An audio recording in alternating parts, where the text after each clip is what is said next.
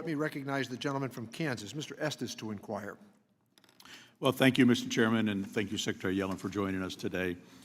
Secretary, you told Dr. Winstrup that corporate tax revenues had decreased significantly since enactment of the GOP tax reform in 2017, and that's not consistent with the facts.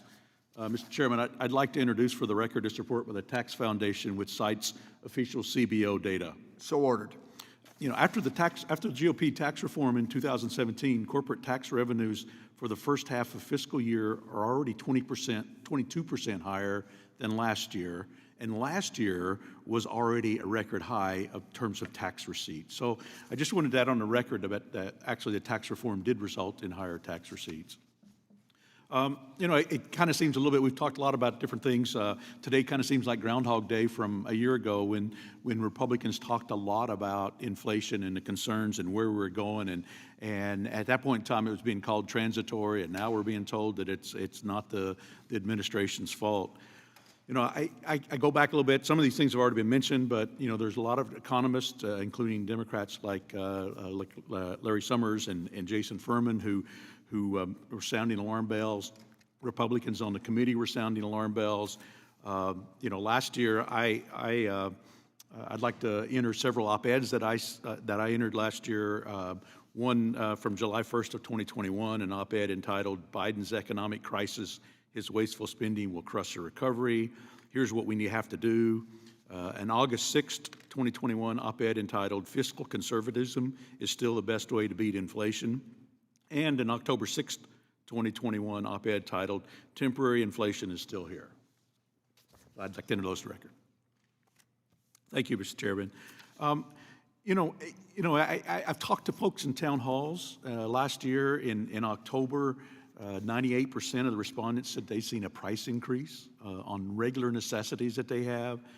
In January of this year, 62% of respondents in my district to one of these surveys talked about rising prices, one of the most important issues facing our country.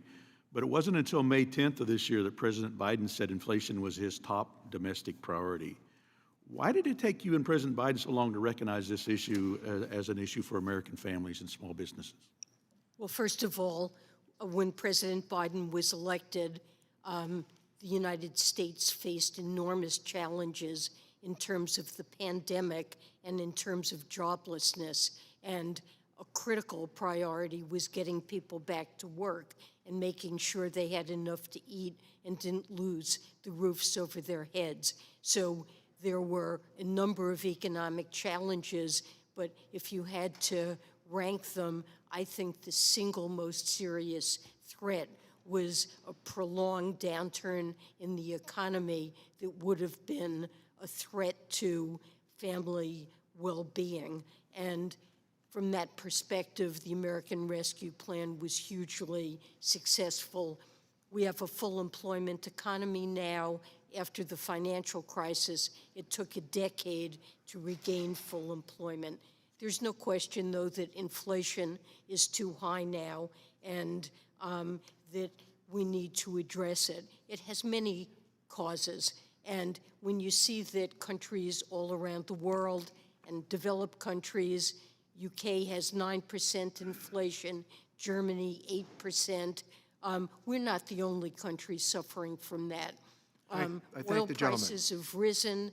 The president is doing everything that he can to address the challenge of high inflation. I'm sorry, I'm out of you, time. I Madam. have so many more questions. I'll yield back. Thank you, Mr.